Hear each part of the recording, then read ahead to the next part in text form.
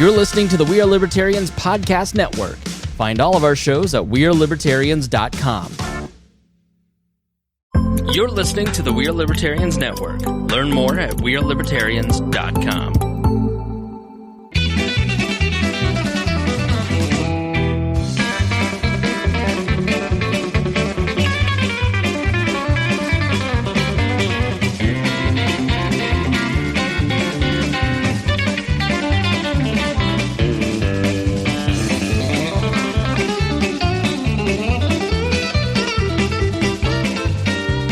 Welcome to the Boss Hog Liberty Podcast. This is episode number 384 of East Centro's favorite podcast. I'm Jeremiah Morrell, joined by executive video producer, audio engineer, Mr. Zach Burcham, Mr. Bones Harcourt. Howdy, y'all. Adam, welcome.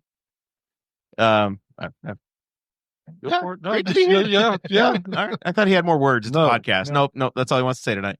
I'm using my NPR voice because of Patreon. I burned my throat with 192 proof bourbon, so I'm still trying to recover my vocal cords. In the guest chair today is a patron of the show, County Councilman again, Chad Malicoat. You only win when Trump wins, is what happens. I think when he gets elected, you get elected to council, and then when his term is up, I'm sure you're going to run away and hide again. I said, yeah, well, that's 4 years is a long time. We'll see what happens. We'll see what happens. All right. So that's the main plan for the show today is we're going to talk to Chad about him jumping back in the council. And he's representing all of us now. It's not just one little township. He's got all of Henry County. He's one of those at-large spots. I'm going to talk about what's going on as they start to craft a new budget. Talk about property tax caps. We heard a lot from the state legislators when they were on over the last few weeks about that. We're going to hear from the county side and how that affects them. There's a plausibility that the county is going to borrow some money in what they call a bond. We're going to hear about that. And then three big topics that I think we need to get into. Having ambulances show up when you call 911. I'm going to talk about some bridges and culverts because one of the county commissioners was making a big stink about that in your meeting. And since one of us sells bridges and culverts for a living, I was like, well, we're going to talk about that. And Memorial Park's 4-H buildings because we can't not get into that. We got some national news to talk about and a few other things. Maybe a little safety issue on the roads and bridges side too. That's the plan. This show's about our lives in rural Indiana. We're here to push your boundaries and make you think as individuals. Sometimes we'll provoke you. Other times we'll make you laugh. But hopefully you'll always learn something new. Still recovering from that Patreon, Mr. Bones. You'll be fine. Who do we have to thank for getting on the air? We got Jonathan Phillips at Wetzel Ford in Richmond, Indiana. Ooh. And? We got Blake Reese from Varsity Outfitters. I saw Blake the other night. He was out in his driveway enjoying the spring weather. And who else? We also have Thomas Oakes over there at Walnut Ridge and RV. He's been selling the camper. So we appreciate all them being a part of it. If you want to be a part of the Patreon to help us get on the show each and every week, patreon.com/BossHogLiberty. You can join at any level and help make this show happen. You get the show notes in advance. You get to be in a super secret Facebook group with us. I'm slurring my words. I am in trouble. Hell, you poured another glass. I want to finish that. It was a sample. I'm going to have consumed about 3/4 of an ounce. Sarah, if you're watching, someo's going to need a ride home. We're going to be in deep trouble. Although you're headed, I'm heading north. Yeah, it's fine. I'm just going to live in the woods like a homeless person. So Chad, tell us how's life on the council so far? You got sworn in January. I did, and then I dove in head first, and I got nominated and placed unanimously as the president. Yay! That's been going to be fun. How did that even happen? Did you like, hey guys, I'm willing to serve? That nope, Chad's president. So at this point, there are only 2 or 3 veteran council members. Because everybody turned over, and then Susan left too. So it was a big turnover. So Shannon was kind of busy. Kennan had served for the last 3 years, so he was ready to step aside. And Mike still is was a little too busy to go for it anyway. So I was asked, and I raised my hand and volunteered. And so it's been a fun ride. I mean, it's, the county is in amazingly better shape than what we were when I came in back in 18 for those 4 years. Considering I walked into it with $750,000 in debt that I had to pay in 6 months, and walk in now with $7 million in the general fund in a balance, it's a whole lot better. I mean, A pandemic helps a lot. Well, the result of the pandemic with the federal funds that flowed into this county and the extremely high interest rates that, our treasurer Bill did a phenomenal job of getting the county a great deal of interest. I think the figure I saw from Baker Tilly is last year alone, the county made $1.8 million in just interest off the funds we hold. So Bill has done a great job of, making sure he puts a good value on all those investments that he's taken care of. And so it's benefited the county immensely. And that's how several things have been able to happen and still will happen. I mean, they're going to work on several big projects that are coming up, and, mostly the courthouse. Our courthouse has been neglected for many, many, many century almost now, decades for sure. And so it's in dire need of some repair, the old Masonic building, even the Justice Center. I mean, everybody thinks it's a new building, but it's not anymore. 20-some years old. It's getting up there. I mean, and it's getting to that routine maintenance thing. So let's start at the 50,000 foot view and work down. The county, how much money does the county spend a year? What's a budget for Henry County? Well, the general fund budget, or it's kind of skewed because there's a lot of budgets inside that budget. How much are you responsible for approving? Or well, it's pushing, it's well over $20 million. I mean, but that's divvied up into siloed, and it's very difficult to get. And I've talked to some of the new council members because, you go in there with a business mindset like I've got, like you've got, you think, okay, we can just do this and that. No, everything is siloed. Everything has a place. You can't take money from here to spend it there without going through a massive process. And then in most cases, you have to pay it back there. And so, the general fund, I think, is close to $12 million, which is just the everyday money. And then you divide it out with the highway department, the health department, the park, all those departments get divided out of those dollar figures. Some of the biggest budgets are obviously the sheriff's department, the jail, and, just the operating expenses of the county, the employees and all your head count to run all of these different departments. The payroll is by far one of the largest line items. But, if the park has money over here and the health department needs it over there, it's not as simple as, hey, I'm going to write a check out of that account, even though all the money stays in the same account at the bank. Right. It's all divvied out at the auditor's office. So there's a lot of moving parts to a county budget versus your budget at home or even a business's budget. So let's talk about where the money comes from. A county gets money through property taxes. Yep. Through income taxes. Yep. Interest, I guess. Interest. And then fees on things. If somebody buys some plan, a permit, whatever. There's some small ancillary. There's some small ancillary those aren't things going to there. be major. And then I would only say that there's regular income taxes, and then what used to be called LOIT taxes, but now it's lit taxes because they took the word optional. They're not optional. You have to do it. It's actual taxes now. It's local income tax. Local income tax. It used to be local optional income tax, but they just took the O out because it doesn't exist anymore because the state keeps changing the formulas. So one of your major funding sides is property taxes. Yeah. And we've been having this conversation with the legislators that have come through here. Governor Braun ran on a platform last summer of we want to return people to their pre-2020 property tax bill levels. The state doesn't get any of the property tax money. That goes to schools and to local governments. So your township, your county, your municipality, if you live in one. My property tax bill is a few $100s higher than it was in 2020. So assuming that happens, what does a county council do to say, hey, I've got $300 less from this property, $500 less from this property? You're going to have I assume you're going to have millions of dollars in less money to work with in the next budget, theoretically. So we had a work session yesterday, and one of the biggest reasons for that was to kind of get a rundown. So they, Baker Tilly, which is a financial consultants that the county works with, and many, many counties across the state and cities. The city of Newcastle does as well, and several others. They projected that we will stand to lose well over $2 million in the next 3 years out of our growth of our budgets. So if you get $12 million right now, you're going to get $10 million. Yeah, it's just, well, something so like that. We're going to lose our growth. So the way the SB1 sets now is that we'll get no raise at all next year. So we'll have inflation up here. We'll have all these increased expenses, but we'll have no increase. So the thing that I talked a little bit about this, the state locks in how much more we can get each year.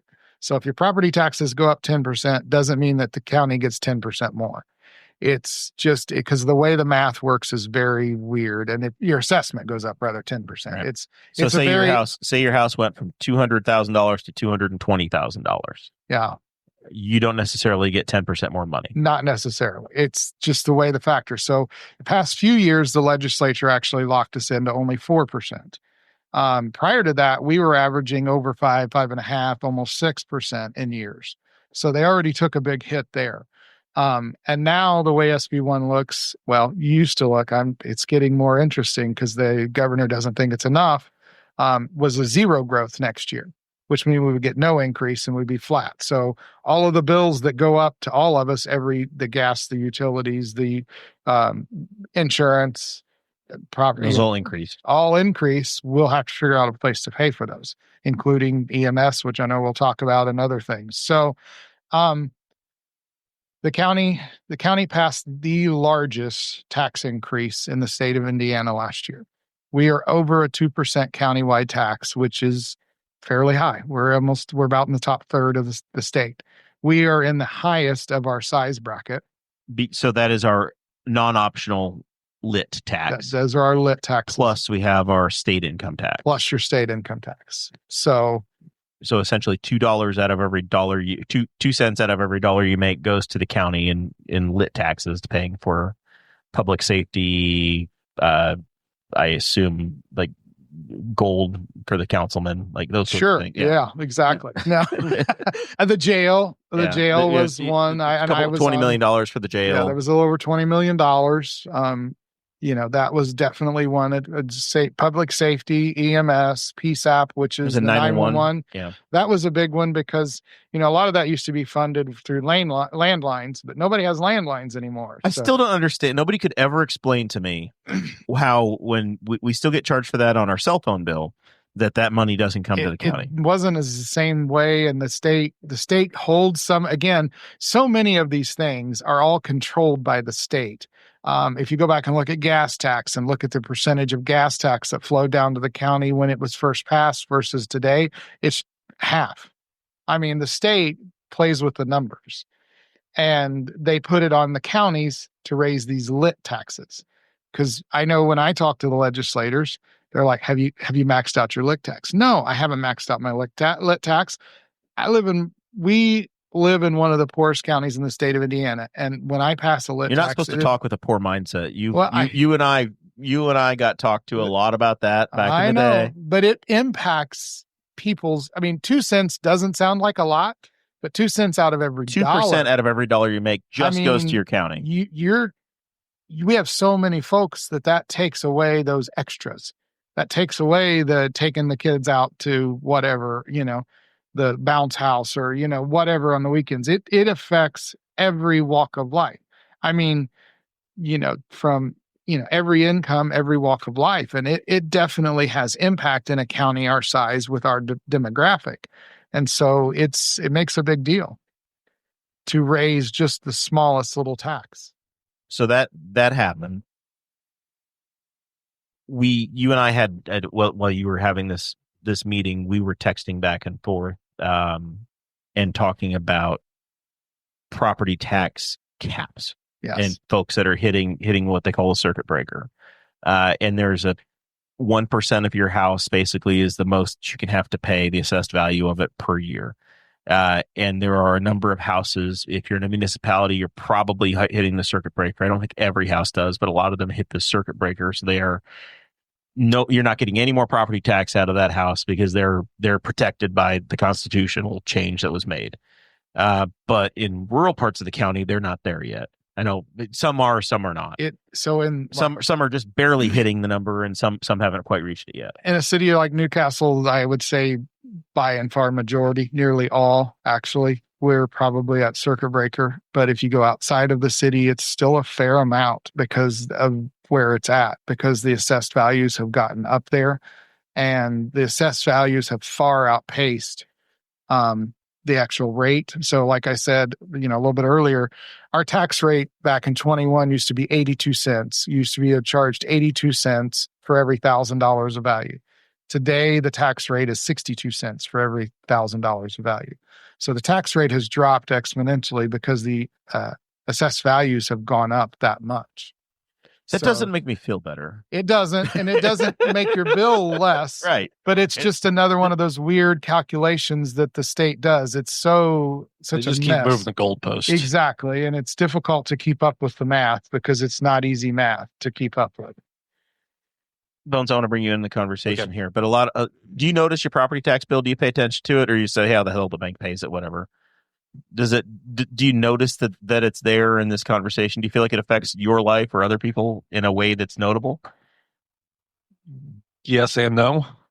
Yes, the bank takes it out, and I don't even think about it. It's just like every other bill that comes online. It just pays it. I just don't even look at it.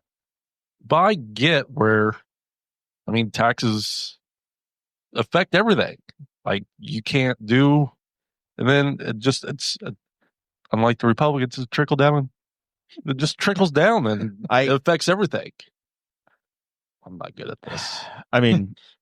There's not a Democrat involved in the conversation. They're all Republicans taxing you at this point. The governor, every legislator that we have that gets to vote that matters. Republicans, okay. Every single member of your county, of our county government here, and I think everyone in yours in Rush County, they're all Republicans. It's all Republican on Republican tax raising. We're just the victims. I just pulled my house up, and in the last 5 years, comparing 2020 to last year, my property taxes went up 57%. But you have not hit the circuit breaker yet.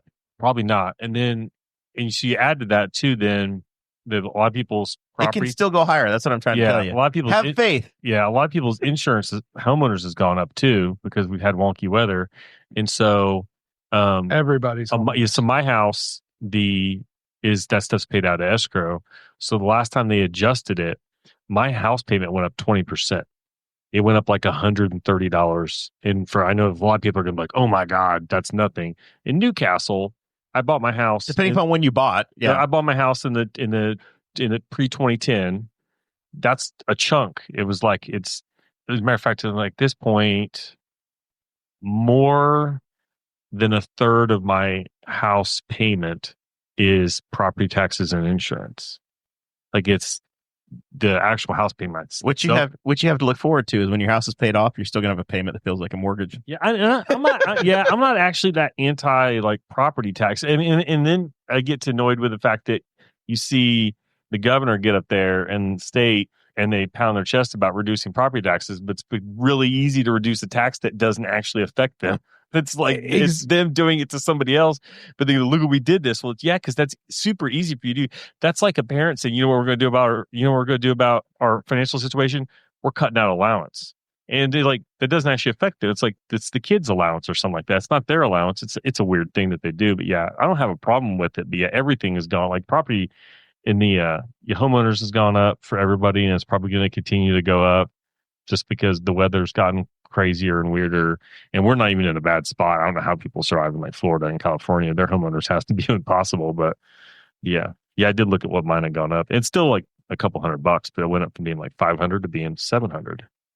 I've owned my house a little over 10 years, so it's more than doubled what I pay in property taxes. So over that 10 years is, it's a big change. My house had one of those reassessments like we talked about earlier, and my property taxes have nearly doubled since I bought my house in 2015. Yeah. They've gone up nearly double. Ours has gone up double. You said you have a new home or a new construction build. Yeah. So did you start paying taxes on it when it had been an empty lot, and then somebody came out and assessed the home? The home was built in 2011, Yeah. so it had someone else previously owned it, and then we bought it. So it's still a newer home. Yeah, but the taxes. Mine's from the last century. So, and then each different area has its own tax rate too. Each township has its own tax rate. Paying for your fire department, your schools, exactly. whatever you have. So those fall into that category too. So I know this year, and what the auditor has said, there are some areas that are going to see significant increases. She mentioned her daughters went up exponentially, like hundreds of dollars in 1 year.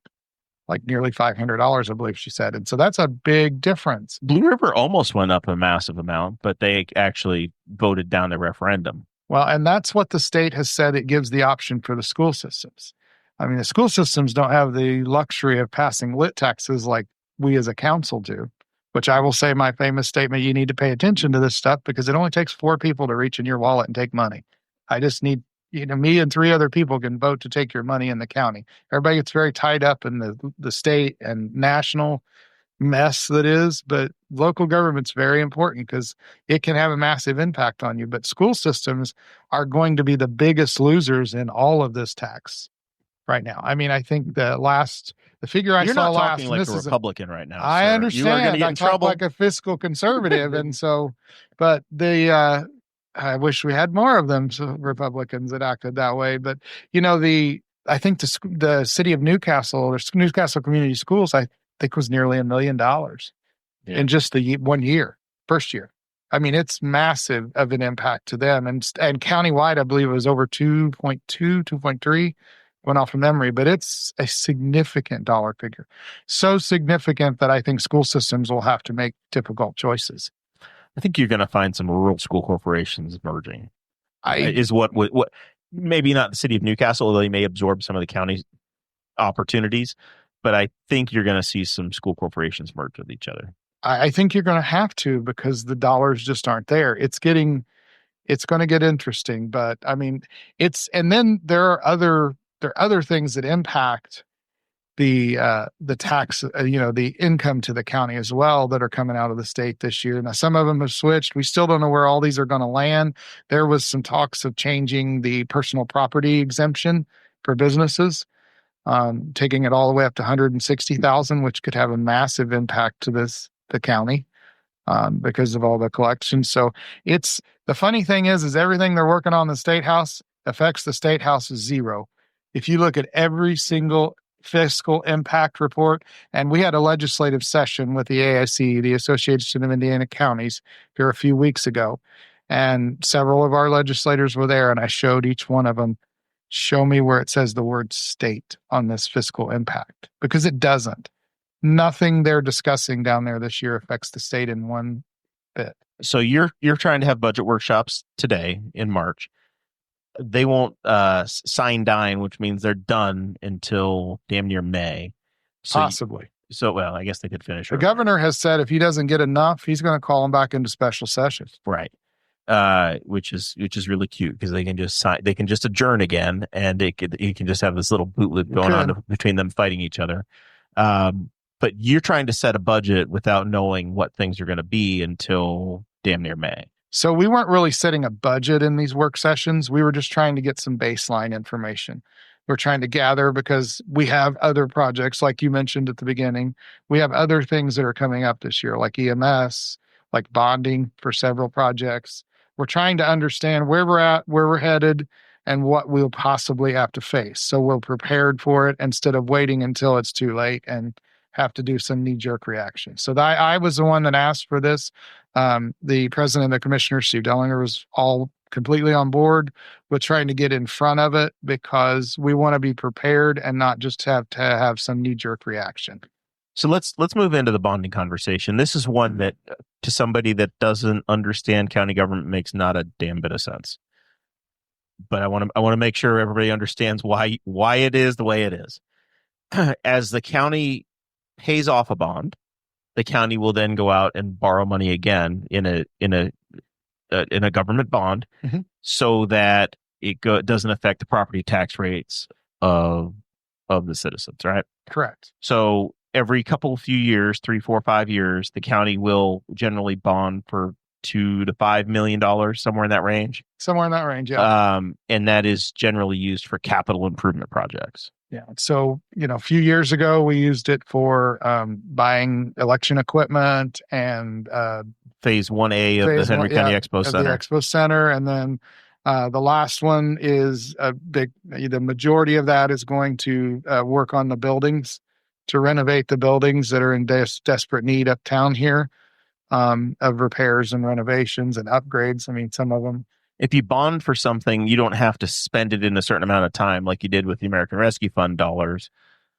Technically, yes. According to Lisa Lee, you're supposed to spend it. But who's Lisa Lee? Lisa Lee is the county's attorney through Ice Miller, okay, who also does the bonding. She's the one that writes the bonds, basically advises us on the legalities of the bonds. So you can't just borrow money to have money in the bank. You have to borrow money to spend it. Yes, exactly. You have to have a purpose. And just like we learned our lesson in years past from previous councils. So these last two bonds, the council has been very specific because the council sets the parameters of what these bonds can be spent on. Otherwise, theoretically, a commissioner could change their mind as to what they're going to use it for. Exactly. So we have made these other structures. Yes, we have made these bonds. Been there, done that. Got the T-shirt. Yeah, in these past few, so that that checks and balances is there, because once the council passes the bond, it's passed off to the commissioners to administer the bond. And so we want to work really well, and we have a great relationship with, especially Steve and all the commissioners we're going to have a great relationship. I don't see any issues, but we will still probably be very specific in what we do, just because that's the way it should work. I mean, I don't want to borrow money just to borrow money. I want to borrow money if we have to borrow money, and if we have to borrow money, I want it to be used the way they told us it was going to. So theoretical items that were discussed at the work session to spend money on. It sounds like possibility of paying for EMS services, possibility for paying for some bridge investments or culvert investments, and matching money to get federal highway dollars. Yeah. So EMS is a separate project. Okay. That's really can't come out of a bond, because it's not capital. It's not capital. Money. So it's not there.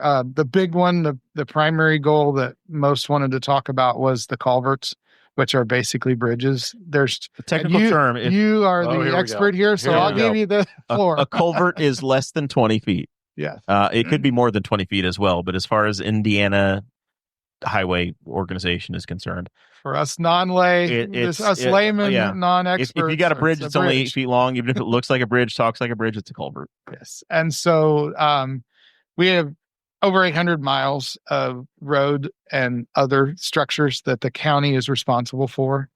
And our highway department has done a phenomenal job. We've partnered with the community crossings. $1.5 million today, right? Yes. Nice chunk of money. 1.5 million more. Unfortunately, we're hearing that is going to go away potentially too. So that's a whole nother story. But the bottom line is I've got to go back to my Joe Wiley days on this figure. But when he was there, I believe he said we had enough money to pave the roads every 27 years, but we need to do them like every 15. So we're already playing from behind.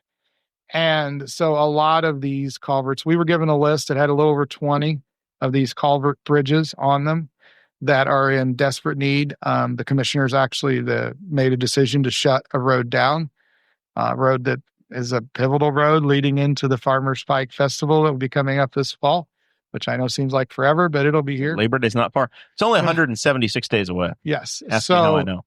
You don't ask him. But Zach knows. So just made your campground reservations. Yeah. You're talking, we're looking at about $2.5 million just to take care of these structures. And there's a few options, and bonding is going to be one of the top items, but this is obviously something that impacts a lot of people.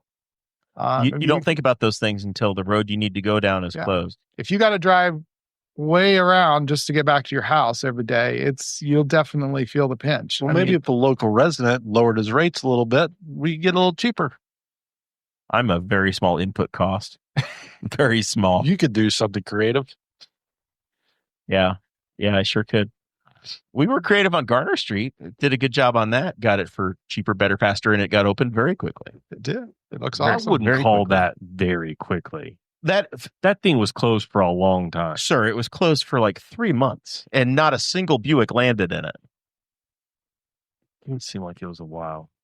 It I haven't was- been it was across quick. it. Somebody said they hoped it's not actually done because it said initially it wasn't a very good transition onto the bridge. Compared to what you're going to feel when we do the much needed State Road 3 job through town, Garner Street was a walk in the park. Yeah. That's a whole nother subject. Is But- grass growing there? It's a county Not job. yet. Somebody tore up the grass on 70 in the new area. I'm like, great, that's going to put 3 months on this 55 mile an hour. Somebody tore up the grass for waiting to grow so they can take the signs down. But that was the big project. That was the big lead in, was that. There was some discussion of the 4-H barns. One of the commissioners had a thought to renovate the current facility. There was a little bit of discussion on that. I mean, then, at this point, at least, from my perspective and several others that were on the council and commissioners, I'm not sure we should go investing millions of dollars in a property that's probably not going to be utilized down the road. That's the future, a tough decision. the future purpose of what you would spend that money on, you're trying to achieve a couple thousand feet across the road next to the other new building that's at the 1 foot line, getting ready to actually be completed. And even we have a board member who is on the council who, there's a lot of uncertainty there. And for me, there's way too much uncertainty for us to be able to come up with a good, solid plan of anything right now. And so I think we had to I think that's one we'll have to step back and take a really hard look at. The other is, and this isn't talked about a lot, but the Youth Opportunity Center that we ran in this county for several years that was shut down years ago. The commissioners are very interested in reopening that facility. We have 9 counties mostly surrounding us who are very interested in partnering with us to open that facility. Is that a facility that will make money or pay for itself, or is that a service that's needed? So again, Steve has done a great job in, kind of breaking it down for me. And he truly believes that they can write a lease that will actually work this time, that will break even at worst. And so they have had other counties who are willing to throw in money along with us. We're currently paying a little over $200,000 a year to house incarcerated juveniles outside of the county. It's very expensive. It's very cumbersome. The travel and everything involved is a lot. So, and it's, that cost has gone up exponentially. Susan Lightfoot has done a phenomenal job of trying to place folks, but she gets backed in a corner at times to even find a place to house those folks. And so it's definitely something that there's a dire need. A lot of those facilities closed across the state. The state did do a halfway decent job of recognizing that they were being a little bit too stringent on their requirements because they were juveniles, and they have loosened those restrictions to make it a better situation. That's why that facility closed originally, because the restrictions, because they were juvenile incarcerated, that it was very difficult to maintain the state's standards. When you said you wanted to run for county council again, did you remember how many different issues you have to get wrapped up into? Yeah, I did. I mean, it's a lot. I mean, there's things that you never, I mean, I don't think anybody understands all the intricacies and the moving parts of the county. And, when you look at all of the things you have to look at on a daily basis, from, Sally Port leaking in the Justice Center that literally could rain down on the servers that run the entire county at any minute, to juveniles incarcerated, to, it's not just like we go and balance the checkbook. There's a lot of moving parts that the council does, even more that the commissioners do, because they have the front line on all of this stuff. So it is definitely, I test it to the, At least you make like $600,000. Oh yeah. I think I make right at $10,000 a year. I just The Lamborghini got my did look pay. good out there. Did it? I like the color. was it yours? I'd like a ride later, but no, I just got my paycheck. It was $350 for this paycheck. That's what I got paid. It's public record. I'll put it out there. I got paid $350.39. It'd be a lot higher if the lit wasn't so damn high. Yeah, well, the lit got me too. Yeah, but no, I mean, it is definitely, and I truly believe that all of my counterparts in every position, even the full-time elected folks, they could go and work at a private sector job and double their income. I mean, our auditor, who runs tens of millions of dollars, makes $65,000 a year.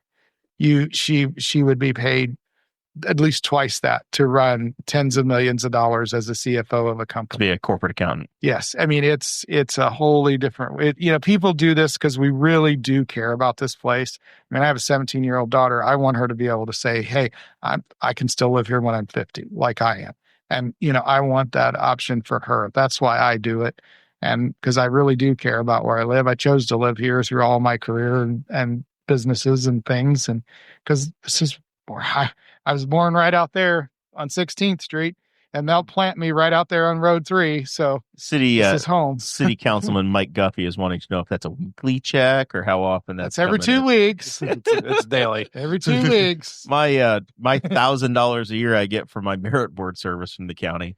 That's like a quarterly check. I never know when the hell that one's going to come in. It's a surprise. That's just bourbon money. It just go. magically shows up. A lot of that, we have another raffle. You know what it really turns into is truck fuel money, camping. It pays for the that's camping camping budget. money. Isn't Yeah, it? that pretty much pays for camping fees and diesel fuel. All right, let's talk about EMS. This is something we talked about with Jerry Walden when he was on representing the city of Newcastle last week, 2 weeks ago. It was 2 weeks ago. These have all run together on me, Zach. Yeah, 384 episodes. I don't know who was last week, and he was 3 years ago. So Jerry Walden was on, and the city has realized that EMS services is getting really expensive. And they said they're cutting a sweet deal to the county. And apparently that's up for renegotiation. So they are looking to get Henry County to pay its fair share. How are things looking on the EMS side? EMS is a very unusual situation. The city of Newcastle runs contracted with the county a few years ago. The county used to run its own EMS system, and we used to have ALS throughout the advanced life support, basic life not support. Lou Gehrig's disease. Thank you. But yes, so we used to do that. It switched a few years ago after some things needed to be changed, and now the city came up with a number. They've came back to us and asked for a new number, which is significantly more. I think there's some arm wrestling to do on negotiating, as you put it, and I think we will find a good solution.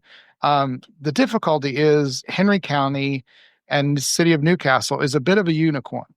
We don't operate. For example, I was up in a different county, today, and they don't operate any countywide services. They spend $0 for their ambulance services because it's ran by the hospital.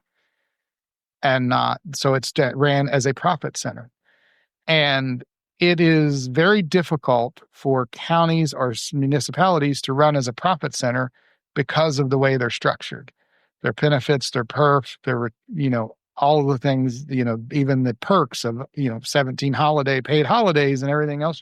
It's very difficult. Sick time that you get paid out. Exactly. It's very difficult for a county or municipality to run as a profit center. So that's the corner we're backed in. And so what do we do? I know I spoke with the commissioner and Steve again, and he's very interested in looking at all options because we still operate a BLS service through the county. Basic life system. That not advanced. At this point, they back up Newcastle as a backup, but they do have one paramedic on staff, but they do not have that advanced life support capabilities currently.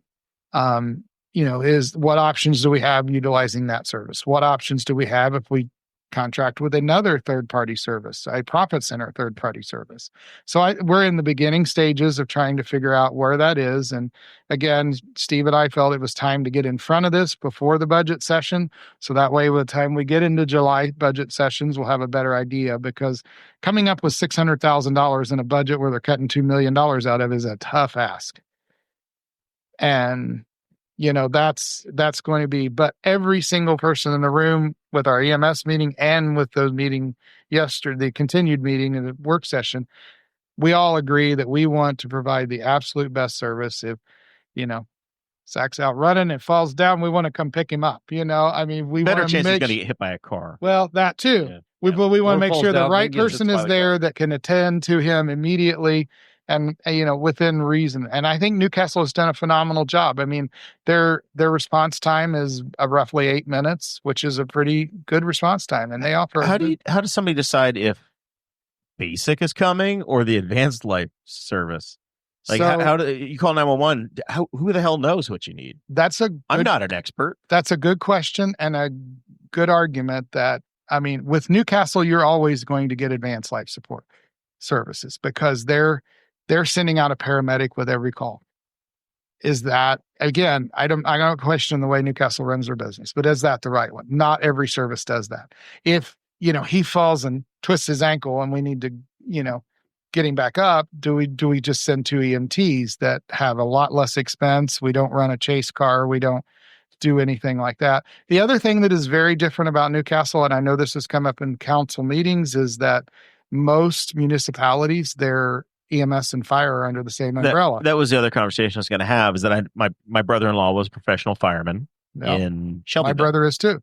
And all of their firemen go and get their EMS certifications, they become paramedics, and you have one group of folks that are essentially doing both jobs. Yeah.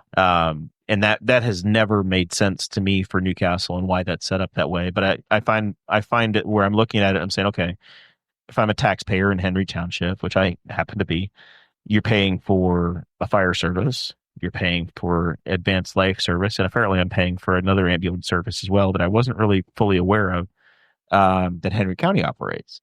So you've got 3 kind of, like, it's a Venn diagram of who's going to respond to what and who works with who, that it's difficult to understand. So Henry County service, I will just say, is basically self-supporting at this point. They are operating off of their receivables from the insurance billings. We made the decision the county commissioners made the decisions rather, prior to me getting on board, to balance bill. And so this is an interesting thing. I know the city seems to have a lot of trepidation with this. I don't understand it. If, again, you get hit by your car. Yeah. When you go to the hospital, I promise you, the hospital's going to balance bill you whatever your deductible was plus your co-insurance. Yeah. You expect them to do that. Why would you not expect the ambulance service to do the same?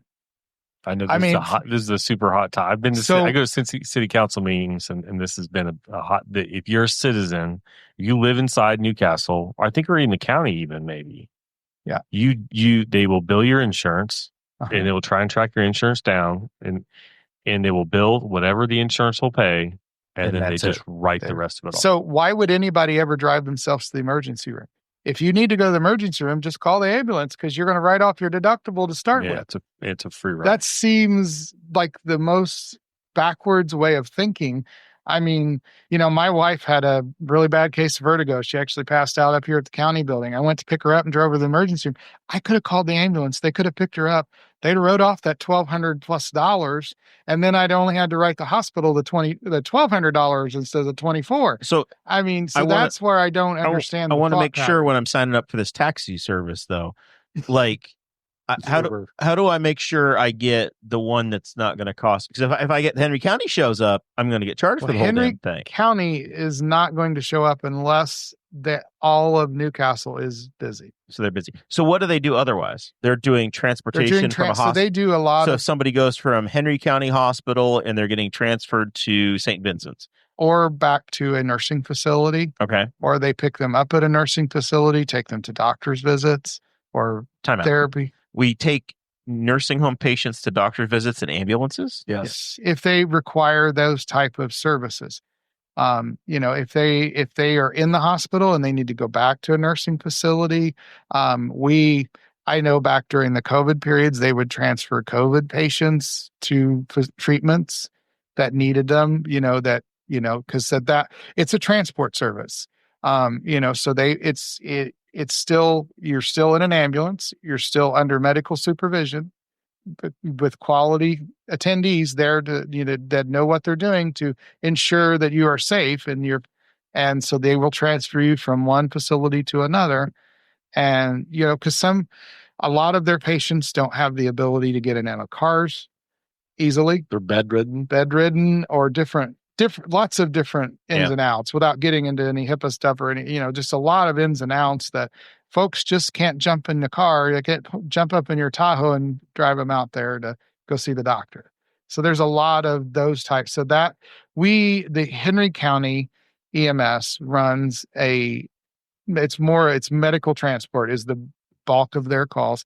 They also contract with the nursing facilities to take them out to the hospital and do things instead of the Henry County EMS.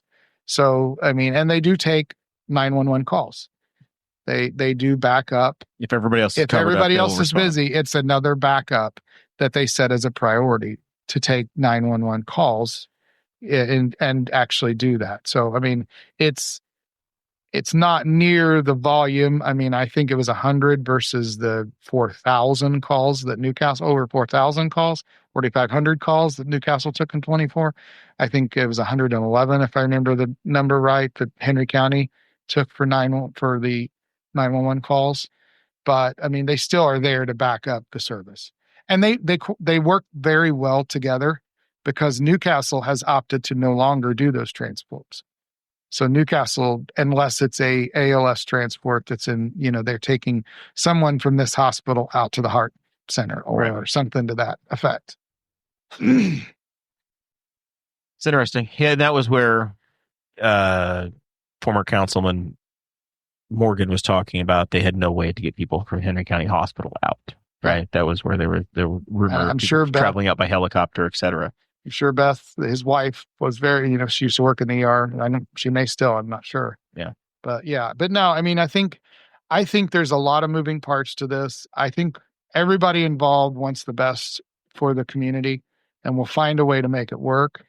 But I think we're going to have to get creative. And I think we're going to have to look at all the options on the table to make it work because frankly, I looked right at the mayor and the rest of them said, we don't have $915,000 to pay Newcastle. Well, you said you have a $12 million budget and you're talking about over $1 million a year in just paying for ambulances. Yeah. Which, it's the basic block and tackling of services you expect, right? You want police to come when you call. You want the fire department to show up. You need an ambulance to show up. You need the roads plowed, streets, potholes filled once in a while. Get your road paved every 27 to 32 years. Water to come in.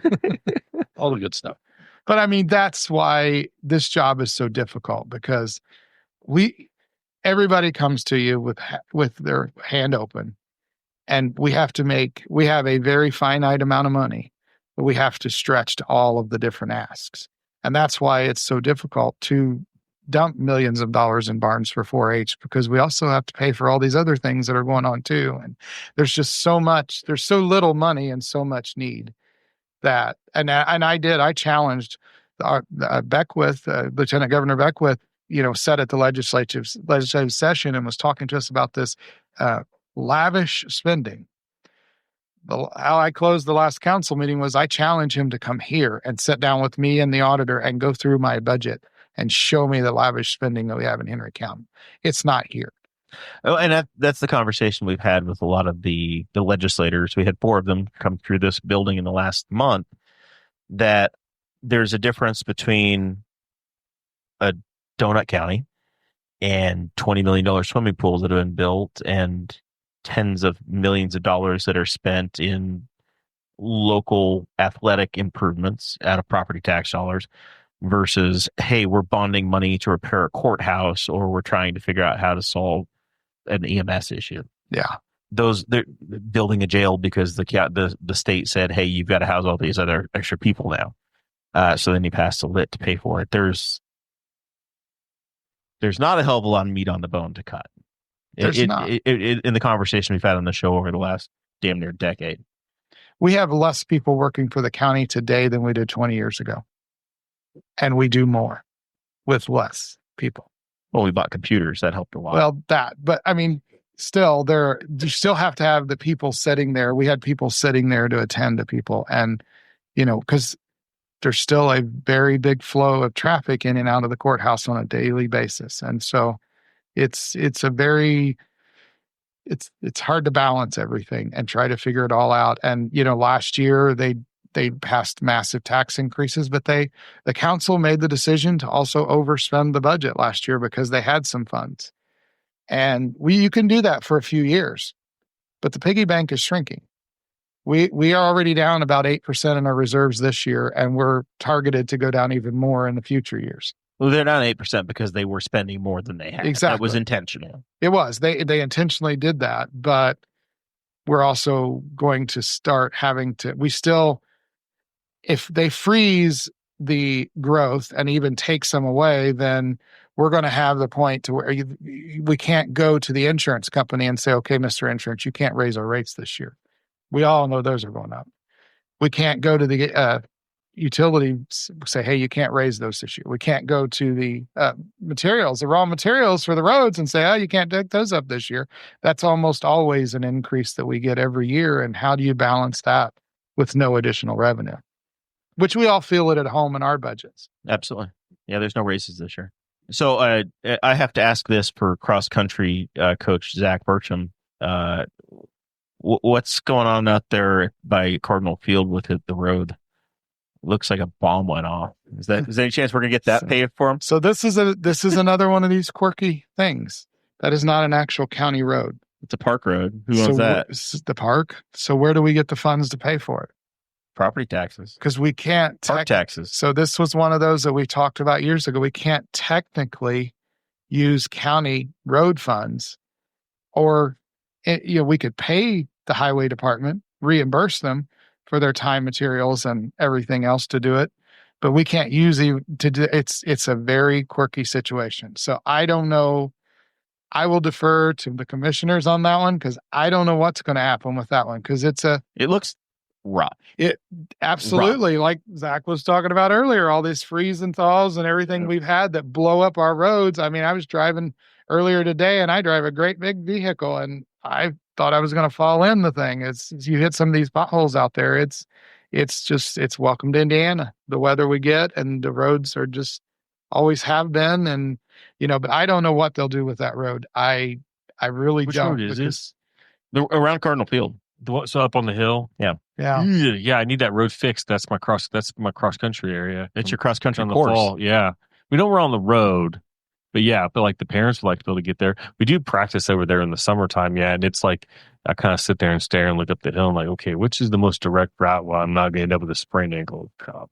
Yeah, it's one of those weird, quirky government. Again, like I told you, all these silos that we have money-wise. I would have just figured it was a county road. That's not considered a county road. It's not considered a county road. Messed up. So that is private property. I tried to pitch this to Commissioner Plummer at the time, now Councilwoman Plummer. A lot of state parks have a spur road that's a state road that leads to them. I think that the county needs to find a way to give a portion of Messick Road to the state of Indiana so that you can get that mile and whatever between US 36 and Summit Lake State Park out of your inventory so that you can deal with other things and then they can improve it and pay for it. It's not my decision, but I'm all on board for that. But I think that's a pitch that really needs to happen because you've got a hell of a lot of people that are tourists coming to this community that drive and pull their campers, pull their boats in and out of there every single day. And they're wearing on that county road going to the state park. You could get some improvements that would make it a hell of a lot safer. Yeah. You go to, I think it's Deem Lake. They did that there, and it's a beautiful road going into that park. Yeah, some lake. A lot of them there's a lot of them have a really nice road that comes from the state road that I don't think that county's paying for. Because the state gets to keep more of the money that they set aside for all those roads from all that gas tax. So they've got a lot more money to pave roads than we do. I'm just saying that if you can shift Hence why they're putting the roundabout out by. It's for safety of the children. Sure. It seems like everybody's in favor of that one. I hear Listen, about that stuff too. the that progress we have zero control over. This community doesn't necessarily like progress that pulls us into this century when it comes to trying to prevent car accidents. Bones just got 3 inches shorter. Mr. Bones Get comfortable. he Well, pulled the- man. Wrong button. pulled the lever of government. I mean, I'll be honest. I'm a little concerned about giving any more roads to the state. So I hit something on my way to work, and I have a little Mazda, and it spends 95% of its time on state run roads. And so I hit something, felt a bit of vibration, take it to the shop, and he claims I have 4 bent wheels, all of them.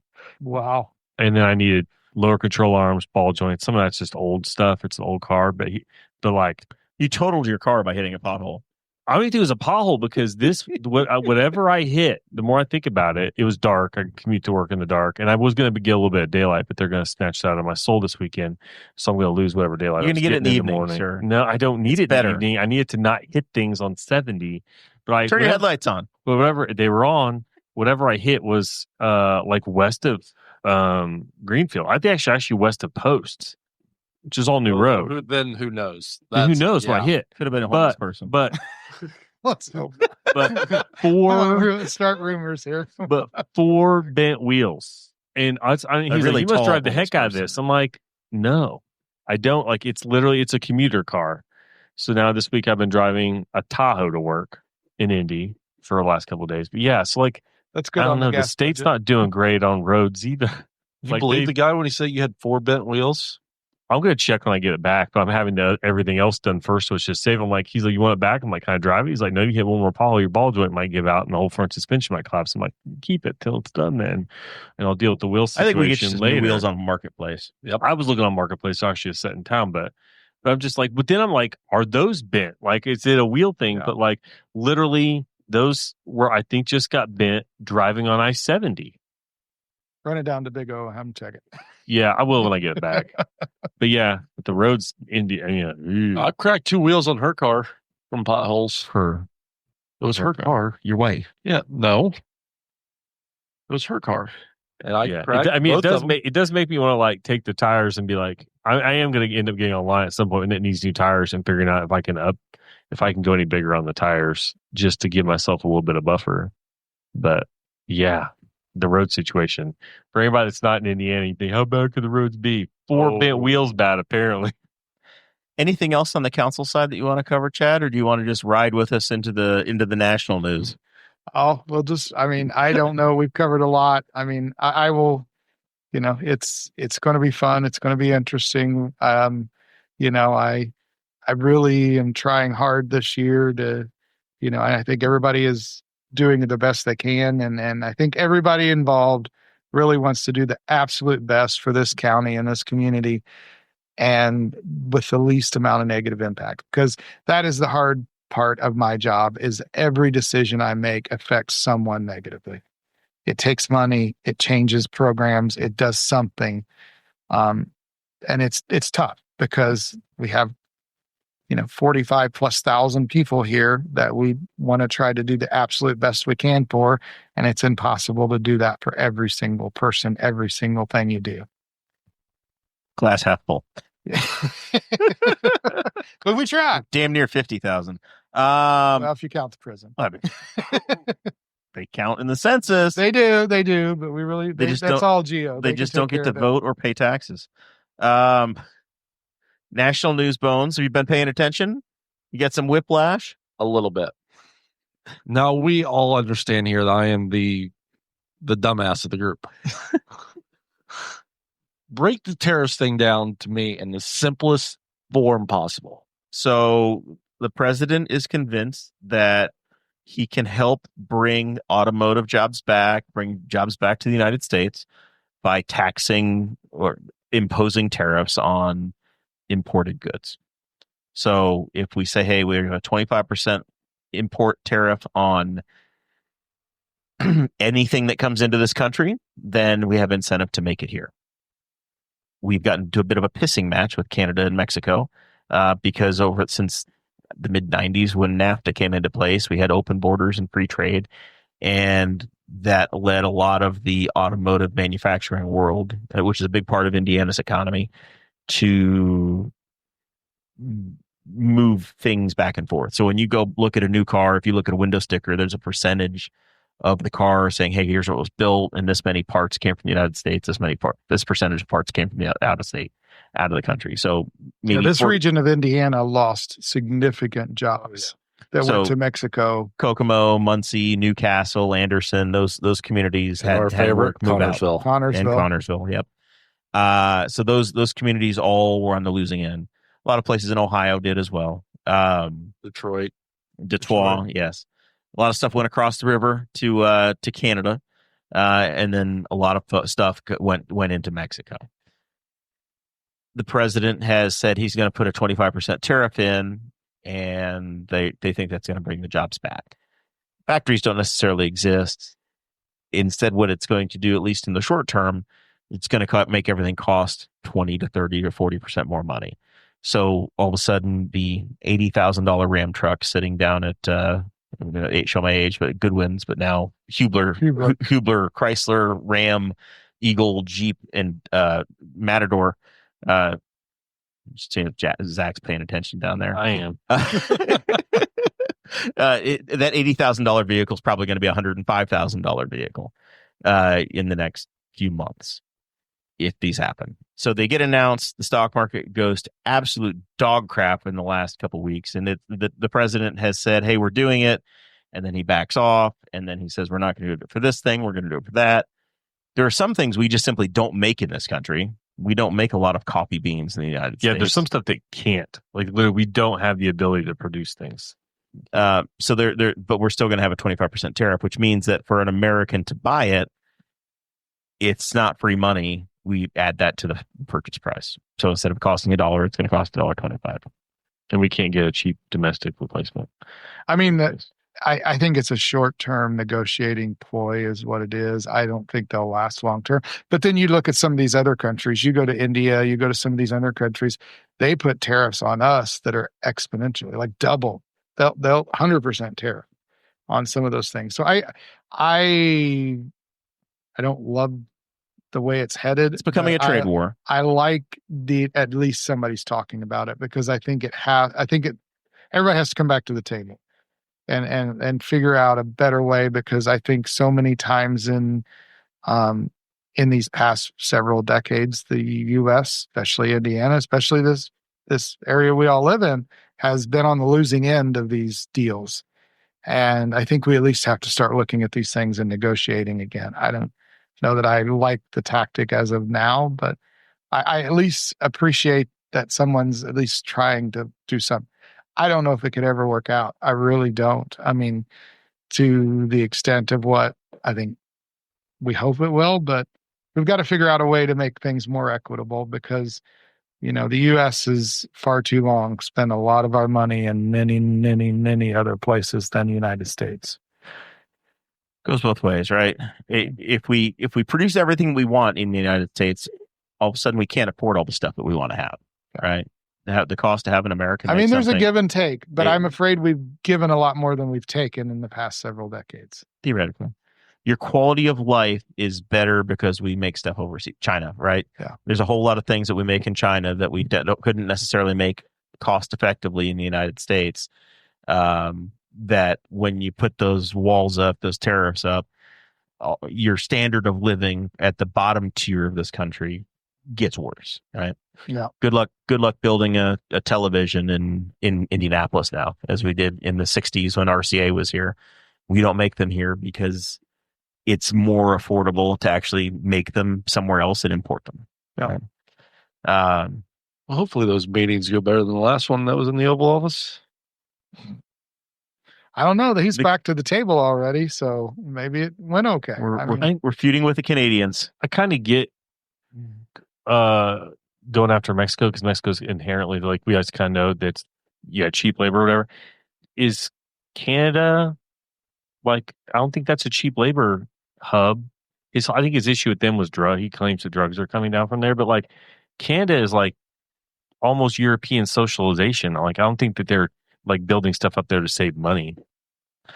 necessarily. You have to realize that a lot of Southern Ontario is just tangential in the automotive. Yeah, when you have open it's borders, geographically just close. It is. Yeah. It's just like Southern Ontario is very similar for the automotive supply chain for Detroit as Indianapolis is or Indiana is when you're feeding into an assembly plant. I guess I just don't get lumping Canada and Mexico together. It's just, to me, they're two very different neighbors with very different ways of operating as countries. And so I kind of get like, well, this shipped all the jobs to Mexico, but like the jobs that are in Canada were not shipped there to save money. They're shipped there probably because of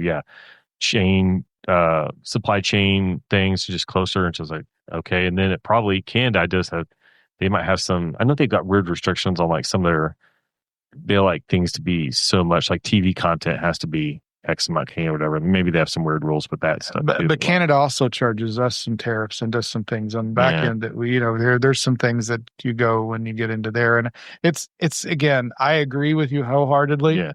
And I think that the Mexico thing has even more to do with drugs, even more to do with illegal immigration. All the issues I keep hearing thrown around with both of them, I'm like, these are kind of Mexican problems. Like Canada's a civilized country that's very similar to us in a lot of ways. So I don't really get thrown in. People will be shocked at the cars that are made. Saying they're white. What? No, wait a minute. No one said that. No, but like they're French, man. Yeah, but have you ever heard of like a Canadian drug cartel? No, and like it has nothing to do with Jacques and the boys. I have no selling cigarettes. Yeah, I don't have. Yeah, I mean, you could turn that into. I don't think it's like. I'm not saying it's a racial thing, but like Canada is like very Western in terms of how it operates, and very kind of more European in terms of social, like how socialized they are. Like their medicine is socialized and stuff. And Mexico is in a lot of ways not. And you go down there and you pay nothing for labor and a lot of things. So it's a much cheaper place to operate. So that's why they ship jobs down there. But I don't think anybody's shipping jobs to Canada for that reason. That's all I was saying. But yeah, stay tuned. But yeah, don't look at your 401k unless you want to go, oh my God. Yeah. I haven't looked a few days. All I know is it's the stuff I listen to online. It's online. You're gonna have to call that 911 service. So I'm not call the right one. Yeah, luckily the EMS service is right around. But the 5%. Like the online streamer I listen to Bob and Tom. So many gold ads. So many ads for like, and they just keep changing whatever the doomsday thing was. It was it was the election. It was other stuff. Like, you need to invest in gold. The whole economy and everything's just going to go down the tubes. I'm like, and part of it's just sensational and they're trying to sell you something. But I'm like, this is hilarious. It's just, there's constantly something going on, but we'll see. Newcastle on Tap's coming up in about a week. Did you get your tickets, Bones? I did not. You going to come? You can join us? Are you getting a ticket for me? If you want me to, I'll get you a ticket. I'll bring you. Was it just beer? No, there's distilleries. I'll participate. All right, very good. Got one +1. How's the long term? Is that next Saturday? Yeah, I don't know. Sometimes it's been it's a week from Saturday. Yeah, it's a little early. We've had like 70 degrees and we've had 14 degrees. So it's a fun event. We did the live walk around last year at with Dakota and Zach and myself, and we interviewed almost everybody. Screaming, and then we figured out we didn't have to scream. That all the sound stuff could take care of it. Our sound editing software removed all the crowd noise for us. Like we sounded like lunatics. Long range forecast. It says that it will be, I think, like 40. Wait, Saturday. No, really. I have 62 in rain. 66. I have 66 in rain. So hopefully, piece of cake. There's it's covered. Yeah. Have you attended? I have not. It's in the Arts Park, Henry County Arts Park. Great time, lots of folks. So you have some music. It's a good 40 event. and snowy. A week from Saturday? Yep. Wow. Check local listings. No, I got 62 and raining. Wait a minute. Snow at 40 degrees. What? It's still the other day. Told you the math was tough in all this. He's from Russia. South of 40. The other piece of news I have, Zach, you and Bones have been talking about the traffic cameras and ignoring them when they were on I-70. I don't ignore. No, I do not ignore them. They weren't there the last time I was there. So they've moved them to the northeast side. Yeah, they can't be on 70 anymore because there's no work being done on 70. They're on 465 at 69. And INDOT just sent out 28,000 warnings to people. It would have been a little over $2 million in fines for the state of Indiana. I traveled it tonight. I didn't see the camera. It's a white Ram truck. Okay. With a little post on the front, and that if there are workers out there actively working Oh, well, then they no, will. it was after 5. Yeah, that's when you'll see. Yeah, it. they have to be actually. Workers have to be there, but yeah. They had somebody that was doing 112 miles an hour in the construction. wow. Though. I will say bumpy. I do like when they were in the Greenfield there, I did like 63. Fine. 66 is the threshold. I know it's the threshold, but I did 63 and a 55 to me is like normal. These folks got their first warning, and then their next one is going to be a $75 fine, and then 150 after that every time you get nailed. Doesn't count towards your license, but it is a civil penalty. So the 100 doesn't count? Nope. It doesn't. $150 is not points on your license. They need to rewrite that. There's a certain threshold of reasonable. That's reckless driving in a construction zone. $150 fine. Not I'm talking about the 107 mile, whatever. The person going 100 miles an hour. Yeah, they should be able to hunt them down. Yeah, they might have. And here's the thing though, you probably can't prove that they were driving, but if that happened again, I'd be like, okay, that's your warning. When you get it in the mail, I believe you get a photo, maybe of the front and the back, so you catch the driver and the tail end. I'd be really shocked if they could do that because from driving by them, the truck's always facing the other direction, and it reads your plate as you're going by, and as it radars you. So I'm not sure they get you driving, but I'd be like, that's your warning. We're going to give you a ticket for this one. If it comes again, we're taking your car or something. But yeah, I want to see what kind of picture it's taking at 112 miles an hour. It's good enough to get the plate. Technology's pretty good nowadays. I don't watch the news that they're covering how those work. It's an interesting rig because it's not just like a camera on a stick. It's like a rig that goes on I'm assuming a front mounted hitch, and there's like multiple. It's an array. There's like three or four different boxes that are on it. So I'm assuming one's radar, one's camera. So I'm guessing it does a pretty good job because it's not. It doesn't look simple. It looks I don't expensive. know. You watch a lot of racing. You've seen some of these pictures. Yeah, they can. I have no doubt. Technology is insane. I have no doubt you can capture a photo of somebody doing 112 miles an hour. You can tell you what color their eyebrows are. You can get their pupils. Yeah, not a problem. Yeah. Yep. Not a problem. Technology is insane. The program is designed to get people to slow down, not to drag money in. But just that one there was a couple $1 million it would have brought in. So the ticket's going to be real in the spring. Can I put one of those up on the county roads? Maybe drag the money in? So the legislators only allowed, I think, 4 sites at a time across the entire state of Indiana. And it's a pilot program, so they're going to get moved around. So they may be here, they may be in just outside Louisville, they may be up in the South Bend area, whatever. So far they both. It's really obvious that they're there because they have to put signs up. There's signs up that say these are. The signs are very close to it though. They're like hundreds of feet. When you're doing 112 miles an hour, you're not slowing down. You don't have time to get the brake. You don't care. But in an active construction zone, here's what there's people it's like there. Passing a cop at 112. You don't slow down. You just speed up. Yeah, that person thought to themselves. You grab another gear. I wouldn't know. 100. You get to go 112 miles an hour for $150. They're probably saying that's a deal. Sure. And no points on your license. That is shocking. I mean, you think about it that way. You can blow through that at however fast you want to go, and it's no points and $150. That's how you get 4 Bentley rims. I have a friend that got pulled over for speeding one time, and they're like, "Yeah," and the cop was, and it was out of state. Yeah. Good like hitting stop sticks. You better hope that you're on the fresh side of the road, and not the side that they're going to get to in the spring. But I had a friend who got pulled over, and the guy's like, "Yeah," and he was like, "Cop," and he's like, "Yeah, it's $80." He's like, "Can I give you 160 and you just wave me by the next time?" It wasn't enough for him to even be a deterrent for him. So yeah, that's insane to me. I knew that the tickets weren't that bad, but I thought that at some point, 112 in a construction zone, they would come find you. I want to get us wrapped up here. The only thing I had in sports tonight is I wanted to talk about the IndyCar results because Zach, they had the most people watch an IndyCar race since 2011 that wasn't the Indy 500. Like 1.4 million people tuned in on Fox. It's a lot for Indy. It was like 1.6 or 1.8 at the max too, I think. Yeah, 1.8 at the biggest portion of it. Our little hometown sports league is grown up, and they're the big time now.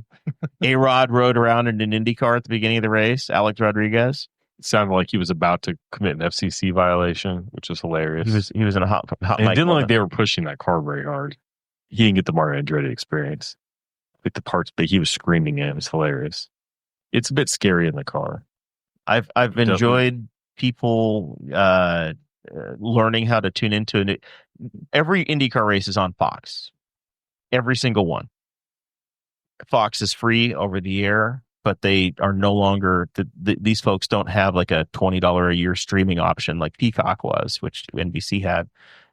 So the 20,000 people that would subscribe to that a year, every one of them are on the internet complaining that I have no way to watch this damn race. I can't possibly watch it. I don't know how to see it, and I'm getting screwed. And it's literally the most basic, fundamental way to watch a television. Set of rabbit ears. Throw some antenna. Yeah, it's way back pre-cable. You can watch this without cable. It just threw an antenna. Modern television's fun. So is every race going to be on Fox? Every single one. Every single one's on Fox now. Right, basic Fox. So we'll get the Indy 500 Still Not blacked necessarily. out. still blacked out. Okay. Later, The it'll be later in the local evening. affiliate has the right to block it out, but they're about 10,000 tickets ahead of where they were last time. So theoretically, it may sell out to where they don't have to black it out. Now here's my question, because Can't you get Fox out of Cincinnati? no, in Rushville? no, you can't. We tried. Have you tried turning the antenna southwest? We used southeast? to try to turn the satellite dish to like Dayton or Cincinnati. Yeah. It still couldn't work. Didn't work. I feel like as many Bengals fans as you have. You guys have We Fox. don't have a lot of Bengals fans. You got to go another 20 miles to get Bengals fans. But anyways, is Fox throwing a lot of money at this? Yes. right They away, played and then 40-second Super Bowl ads during the game. next year, like we're going to start seeing some like throwback, because this is not probably as profitable as I thought they would be. The guy that runs Fox Sports is from Indianapolis, and this is his personal pet project. A guy named Eric Shanks. Okay. So as long as that dude's in charge, I think you're going to see them just Until spend numbers incredible- don't come back as well as they thought. And also, I don't know IndyCar probably kind of didn't. The rumor was that IndyCar didn't take as much money as they probably could have taken from a partner in exchange for it being all of them being on Fox. So if they didn't spend that much money for the rights to it, as long as they're getting decent ratings and their ad revenue is covering the cost of it, Fox might not be expecting like NASCAR numbers, but NASCAR also charges them like $1 billion for the coverage. Yeah. Or like This cost them $25 this is million. nothing. Yeah, this is Okay. a pretty small Gotcha. like buy compared to like the NFL where it's like billions and billions of dollars. They got to make all that money back. I don't think IndyCar is costing them that much money. I wouldn't be shocked if the deal's Because like, Fox just blew so much money on Tom Brady to be an analyst on the NFL network. You're not gaining any more viewers by having Tom Brady. No, but now they're making him do IndyCar commercials. he didn't. He was in the Joseph Newgarden commercial. Yeah. So yeah, You gotta a weird leverage those people across different platforms. I suppose No. that they could say, well, we could find something else and run it during this time slot and make more money. But I bet that they're selling like real ads. Like people that have been watching IndyCar for a while remember when all the ads were whoever the sponsor was. They were Izod ads back in the day, or it was Honda and Chevy ads over in Firestone over and over again. And like, Does Izod still exists? it's what? Yes, they do. They do? Izod, yeah. Yeah, they come and go. Izod still exists. Now you've got Rob Gronkowski in his underwear selling underwear. Yeah. That Like, was the ad I saw about 40 times on FS1. That's one of those things that I pay attention to when I'm watching it is like, oh, who are the ads? And back in the day when you're like, oh, they're all just league affiliated sponsors, like this is not good. And then once you see another sponsor, you're like, oh, this is good. We're getting ads for other. So yeah. Final thoughts, Zach Burcham? Not much. Weather's cruel. If you have a set of 5 by 114 millimeter Mazda wheels, are about 7 inches wide and 17 inches in diameter, give me a holler. Preferably I round. might need a set preferably round. Yeah. Still just shocked. So he's like, you got 4 bent wheels. Like I spin these things around, they're wavy, every one of them. I'm like, what? So How are the tires? he said the tires didn't look too bad. Shockingly. Did you not go back and like watch him spin these things? No, I'll be like, he's not a tire and wheel guy. I trust him. But I am going to get it back when everything else is done. And then I'll deal with the tire. I'll like drive it. And if it's like tolerable to drive, then I'm like, what do I care? I mean, it Just sounded put on horrible. a shit ton of wheel weights, man. It sounded horrible to drive the last couple weeks I've been driving it just because apparently I was You got one more good bent turn. wheels. I was one good turn away from just the whole front suspension collapsing. It was literally just a car that just gets driven to work, and I don't. Is it at full coverage? Yes, I would have just driven it. but I am mechanically sympathetic to my vehicles, as evidenced by the fact that it's the lowest mileage car I own, and it has 232,000 miles on it.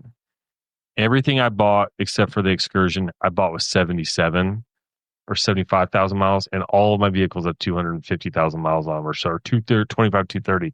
So I'm not mean to cars, but the state of Indiana is mean to my cars. Everyone's cars. Everyone's cars, not just mine. And like, yeah. So that's all I've got. If you guys see the wheels, holler at me. Cheap. Chad, you got any wheels for him? This is Tradio now. I do not have any wheels. Anything in your barn you want to sell? No, I'm sure I can find stuff in the barn. We've all got that crap. I had to pay for my license plates too, so I'm hoping like. Oh, you're a B. You're already up. Yeah, they're up March 7th. I'm a March 7th guy, you know. Yeah, so sent that money off. Yeah, I think I'm September. I'm an M, just like you. It's August or September. I got to mine conveniently. Are we in July? M's of July. Used to be back. You're showing your age, sir. Yeah. You got a little more time now. Do I get a little more time? Okay, good. Yeah. I don't know. I got to pay for that wheel tax. I just pay the bill. Mine conveniently, my tax refund comes and it just literally just immediately goes right to the state to pay for Tax plates. refund. Yeah, must be nice. I got one. No of those. one should ever get a tax refund. I got I one. don't Of believe in giving the government a free loan. I got. Yeah, screw the government. I got one of them county jobs, and they don't withhold enough taxes, so it just makes it worse. Yeah. Chad, thanks for being with us. No, it was a blast. I appreciate it every time I come on here, and hopefully we got some information out to some folks. And the only thing I will say is that I'm always accessible. You can Google my name, my number's everywhere, my email's everywhere. Pick up the phone and call me, text me. I'm not a huge Facebook person. That's my wife's job. So if you send me messages on there, I'll do my best to catch up with them. But immediate responses is always my cell number, and it's everywhere. All right. And if you need to rent a house, hit them up too. You got those on occasion? On a rare, I'm getting ready to have a 3-bedroom come open, but I tell you anymore, we have a serious housing problem here. Do you look at now your political type? Do you look at the voting history of somebody before you rent them a house to make sure they don't move into your district? I do not, and I don't even force them to put my sign in their yard if I'm running. Or I still go to my tenants and ask. There you go. Hey, I'm running. Can I put a sign in your yard? Hell no. I only had one person tell me no out of all 30 plus, so it's good. Can I not pay? Fix my water. Can I not pay rent in November? No. Yeah. Do they get a discount on the rent for throwing They a sign? do not. $40 off in November. You can put all of them out there you want. My yard will be Republican. Mr. Pones, anything? I got nothing. All right. We'll be back next week. I don't have a guest to announce yet. I've exchanged some texts with a possible guest, but we're playing hard to get. But there will probably be a show. Go with that. We'll see y'all then.